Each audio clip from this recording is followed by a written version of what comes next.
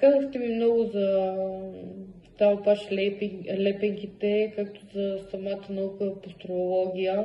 Беше много интересно, но в същото време бях малко скептично настроена, защото преди вас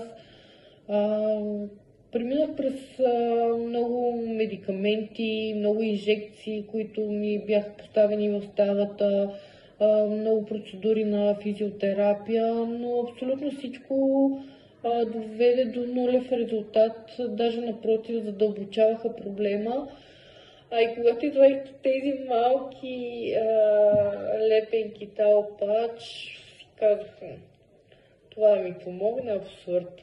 Но тук е момента и да благодаря и на човека, който е измислил талпач лепенките, защото 20 минути след като вие ми ги поставихте, няма да забравя чувството на едно облегчаване, по-скоро едно отпускане на лицето ми, което беше преди неразделна част от моето състояние.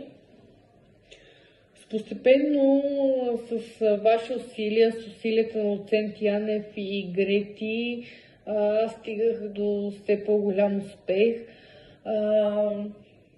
Започваме с никнането на новата коса, с свалените до тук 15 кг.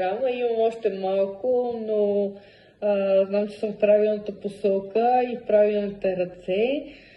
Започнах вече да говоря, да се усмихвам, да се смея с глас, да ям пълноценна храна, без да се налага да я пасирам, както обичам да се шегувам и с вас.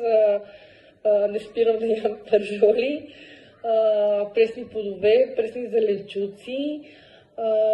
Отново върнах моят социален контакт.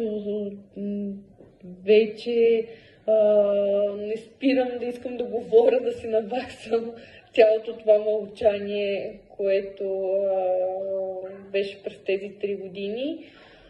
Благодаря ви. Благодаря ви, доктор Стоев.